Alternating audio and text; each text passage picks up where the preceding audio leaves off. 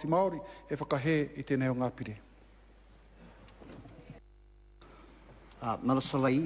Thank you, Mr. Speaker. It's a great pleasure to rise in the third reading of this Television New Zealand Amendment Bill.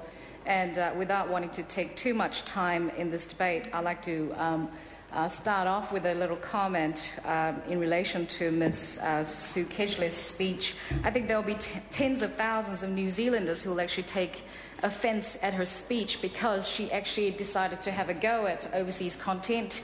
I know that there are some fantastic overseas content, namely things like Coronation Street. I know that it's been loved for many, many years, and the viewers of that television program would really not like that.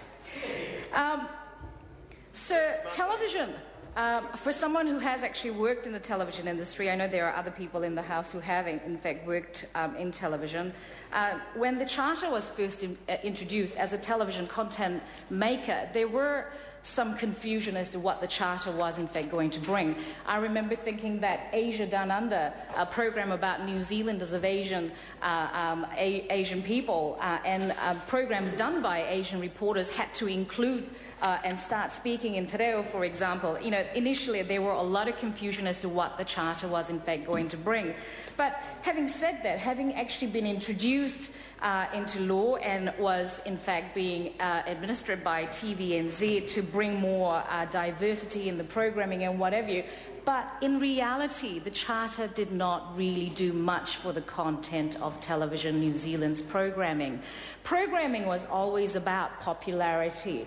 Programs that actually attracted more people to sit down and watch television programs, and the popularity really dictated what kind of programs were going to be commissioned. And often the kind of programs that other speakers have actually talked about, public service type program, often are not commercially funded and have in fact had a lot of New Zealand On Air funding in order to facilitate it being broadcast. For example, things like Tangata Pacifica, which is actually celebrating 25th anniversary next year. For 25 years, that particular program was commissioned way before the TVNZ Charter was ever put in place. And when you actually consider the debates in the House, you would actually you are led to believe that the Charter increased the number of locally made programs. But this is actually not so. The number of programs that actually happened, things like Tangata Pacifica, happened well before the Charter,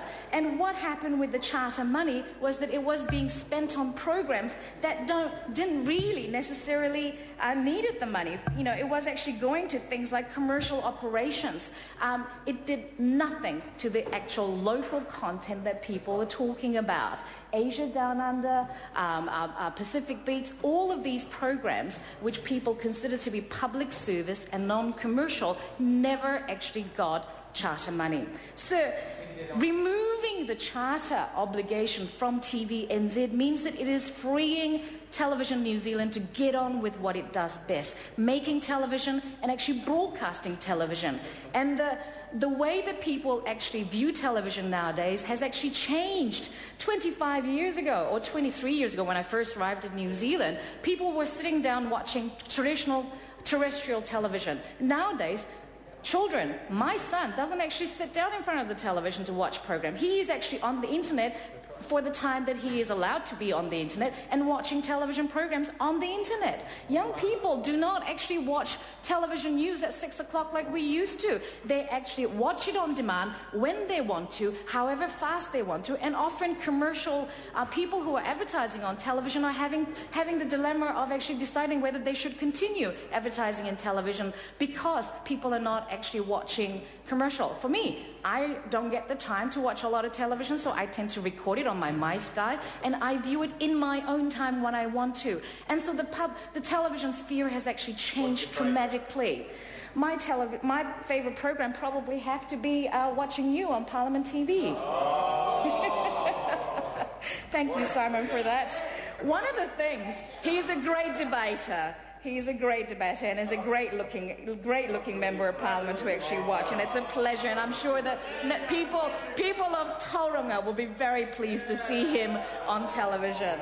So another aspect of the bill that I'm very pleased about is it is the freeing up of programs that were actually made pre-1989. I moved to New Zealand in 1988, and I have to say, I've pretty much, seen television sort of progress over the years, but there are some programs that I have heard about that actually happened before I arrived in New Zealand in 1988, and I would love to see some of those programs again. And unlocking those archived material for people to see it again is a fantastic move. So I'd like to congratulate the Minister on this wonderful bill, and I commend it to the House.